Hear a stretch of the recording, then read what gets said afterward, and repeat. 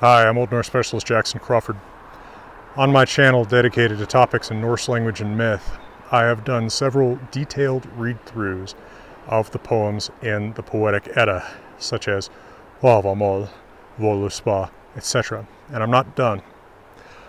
But the next poem in that series that I want to cover is not typically included in translations of the Poetic Edda, and it's not included in my own. Although my translation is included in my edition of Valhalla called The Wanderer's Valhalla. And this poem is Eiríksmál. Now, mál is very common in titles of Old Norse poems, especially in the Eddic tradition, and especially in the meter Ljóðaháttr, which is poems like Valhalla, For Skirnis are in that meter. It is only preserved in its entirety in the manuscript Fagurskinna, which is also copied elsewhere. So we call the King Saga that's in Fagurskinna usually just Fagurskinna, whether it's in the Fagurskinna manuscript or not. The original manuscript is called Fagurskinna because it's in on a nice sort of vellum, a nice leather, in contrast to something like Morkinskinna, rodden skin. Although it's only titled in Snorri's Prose Edda, where just stanza 1 is quoted. Now, we don't know if the 9 stanzas of this poem are complete or not. I tend to think that this is not quite complete, although good arguments have been made for this being the whole thing, that there never was intended to be a long list of who the brothers are that he's brought to Valhalla, etc. But what is the context or content? Well, King Eirik Bloodaxe of Norway had died, and supposedly his widow Gunhildr, who is kind of a negative cougar seductress figure in a lot of the sagas, had commissioned a poem to describe his arrival in Valhalla after his death. We do not know the identity of the poet, but interestingly, something very similar was done in honor of the Christian king, Håkon the Good, in the poem Håkonarmál, less than a decade later, if we date these poems to the actual dates of death of those kings, which there seems to be good linguistic and contextual reasons to do. So let's actually read through this poem. Like I said, it's quite short. There are indications in the manuscript tradition of who's speaking, although those statements of who said what, the Odin Kvad, Erika Kvad, Bragi Kvad, Sigmundur Kvad, those are not part of the actual poetic stanzas themselves. Stanza 1, and this is Odin speaking, Odin Kvad. What það drauma Eirik hugdumk fyr dag litlu Valhall ryðja fyr vegnu fólki. Vakða ek einherja bað ek upp risa, bekki at stå, borðker at löðra, valdkyrjor vín bæra, sem vísi komi. What kind of dream is that? What is that drama? What drama, what plus genitive plural indicates what type of. So, what mana ertu, what kind of man are you? What drama thought, what kind of dream is that? Which I thought myself, ek hugdumk, a little bit before day, fyr dag litlu, to clear Valhalla, ryðja Valhall, for a killed army, fyr vegnu fólki. The grammar here may seem a little bit confusing.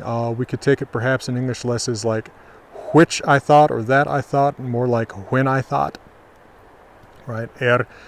Can be the relative where, can mean the relative when. I think the relative when is probably a good one here. So what kind of dream is that? When I thought for myself, hugdum, a little bit before day, in the dream apparently that Valhalla was cleared, right, like made ready for, the seats were cleared for a killed army, because of course it's dead men who come to Valhalla after they've fallen in battle. I woke up the Einherjar, these are the men who have already come to Valhalla after death. I asked them to rise up, Badek Uprisa, to strew the benches, that's Throa Beki, to rinse the tabletops, the table cups, Borð is the table and care is like the cup for the table. I asked Bad Ek, going back to that, the Valkyries to bear wine, bære vin, so they're serving wine, as a prince would be coming. Notice the subjunctive verb there, komi, implying that he's not still certain that a prince is coming, right? Also note the presence of wine here. I hope you've seen the interesting interview with my friend and colleague, Dr. Luke Gordon, about wine in early Indo-European languages that we had on this channel recently. Stanza 2, this is still Odin talking. Mer or heimi, holda vonir gofugra nokra, svo mer glatt hjarta. So, hopes is to me out of the world. Hopes of, so the grammar here is maybe a little bit off. You would expect a plural verb with vonir, hopes, or a singular noun, von, with the singular air. But hope is to me, it's just a way of saying I hope. So I hope that out of the world, and what am I hoping for? That's the genitives, certain noble men, nokra, govikra, holda. So I have a glad heart. There is to me a glad heart. Mer glatt hjarta. But now someone else talks to him. This is in stanza 3, Bragi. Now is Bragi the very archaic Skaldic poet, the poet of the Ragnarstrapa, which I looked at with Professor Haukur Thorgeirsson in the manuscript we were looking at, or the video we were looking at a manuscript of the Prose Edda. Maybe is he the god Bragi who's married to Idun? Maybe are those the same guy? Maybe. That's actually never that clear. But anyway, Bragi says to him, What thrymmer thar sem þúsund bevisk eða mengi til mikitt, brakka ol bektilli sem minni baldur koma eftir I Óðins sali. What makes noise there, thrymmer thar, as if 1,000, some thousand, shook, or a great crowd, or too big of a crowd, till mikit mengi. All the bench planks creak bekthili ol braka, as if Baldur would come, some Baldur mini koma. Now he knows it's not Baldur coming, so mini is in the subjunctive.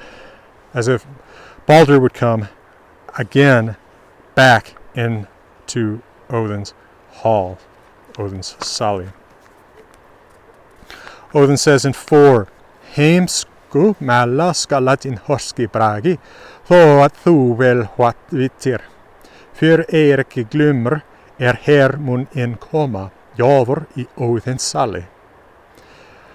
The wise Bragi in Hoski Bragi shall not, ought not, speak stupidly, mæla heimsku, with the adjective heimskur, stupid, literally homish, used in the dative neuter singular to make it adverbial. So he shouldn't speak stupidly, though you know well what. So you ask what it is, you know well what. Thu vitir vel what. The noise is for, and of course the noise has been kind of supplied here again. It's because it's in the verb, right? It noises glummer for Eiriki, who will come in here, mun koma in her, prince or king, Jovr, in Odin's hall. Now you'll see the name in Old Norse, Eirikur, given a few different ways. Eirikur is the oldest preserved form that I'm aware of. It's also reflected in the modern Icelandic Eirikur, but you'll also sometimes see Eirikur with the second vowel reduced, as you would expect in an unstressed syllable. It seems to sort of have to do with whether that syllable is treated as kind of a secondary stressed syllable or a first unstressed syllable. And the secondary stressed one with the long I is the older form and also the one that wins out in Icelandic. If you're watching this on YouTube, here is a quick word before we continue from Grimfrost.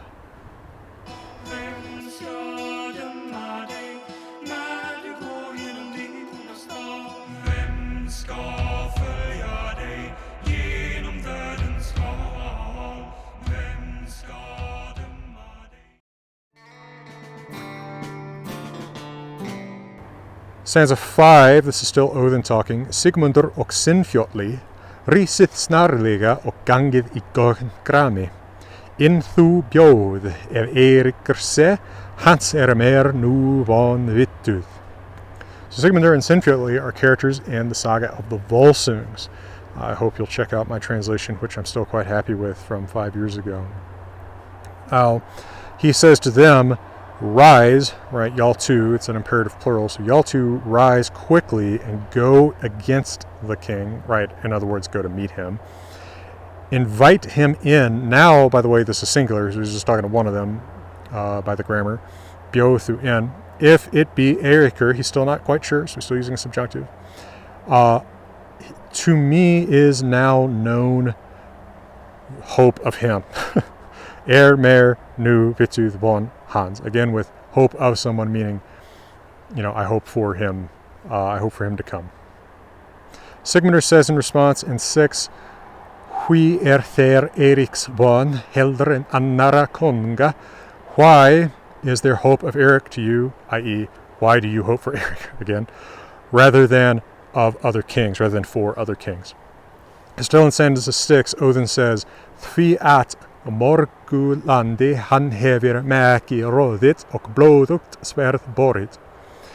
Because því at he has reddened róðit with a sword, maki, many a land, morgulandi, and borne, carried, borið, a bloody sword, blóðugt sverð. So because he's done a lot of Odin's work, which is getting guys killed in battle so they can join him in Valhalla, he really hopes to have Eiríkr there. He's clearly a good fighter. He'll be a good person to have on Odin's side when the wolf comes and Ragnarok begins. Somebody says in 7, this could be Sigmundur, this could be Bragi. I don't think this is indicated in the manuscript tradition. Hví namn hann sigri þá þeir þótti hann snjallar vera. Why did you take victory from him? Why did you deny him victory then, when he seemed to you, hann þótti þeir, to be smart, quick, good? Snjallar has a fairly complex series of shades of positive trivial meanings. Odin replies in 7 still, Því at óvíst at vita när úlfur in hosvi söker osjot góða. Because it is uncertain to know, it's a phrase you see all the time in Havamal, by the way, Því at óvíst at vita, when när the gray wolf in hosvi úlfur seeks on, i.e. attacks, home of the gods. That word hos for gray, it's not your typical gray word in Old Norse, it's gror, but it is particularly used of wolves, something I found in my extensive research on color in Old Norse for my dissertation early last decade. Stanza 8, Sigmundur says again, Hail þú nú, Eiríkur, vel skal þú her komin, og gakk í höll horskr. Hins vil ek þig fregna, what fylgir þeir jofra frá eggþremu. Be hail now, Eiríkr, be well. It's just a typical greeting, basically hello. You shall be come here well. You shall be welcome here. This is a somewhat rare, from a modern sense, use of velkomen split up, and not just as a compound word. And go wise into the hall, gak horskr í hall. So that's a strange phrase from a modern perspective, but he's saying you're wise, go into the hall. I guess the closest thing you would say to this in English would be like, get inside my car, beautiful, or something like that, which sounds real 70s. I want to ask you this, ek vil fregna þig hins, what kind of kings or princes, what jovra, again that what plus a genitive plural, meaning what kind of, follows you, fylgir þeir, from the blade thunder, frá eggþremu, from the battle that he died in, otherwise he wouldn't be coming to Valhalla. And then the last stanza preserved, only a half stanza of Ljóðaháttr. Eiríkr himself responds, Konungar eru fimm, kenni ek þeir nafn allra, ek min setti sjálfur. There are 5 kings. I know the names of them all, or I not know, I teach you, ek kenni þeir, the name of them all. I am myself, ek sjálfur in seti. I am myself the 6th. So it's a curious little poem. The datability of it is nice. It gives us a sense that already in the mid-900s we have that classical sense of what the afterlife Valhalla is like, which of course is 300 years before any of the written artifacts that describe it are preserved from in the 1200s and the Prose Edda and the Poetic Edda manuscript. I included it in my edition of Havamal called The Wanderer's Havamal because I thought that it was a nice little extra that shed some light on the role of Odin in Norse myth and society, which is mostly as a dreaded figure who brings battle and death in battle, but who at least offers some kind of compensation for it in the glory of one's name afterwards. Right, well, thanks as always for your time, and from beautiful Colorado, let me wish you all the best.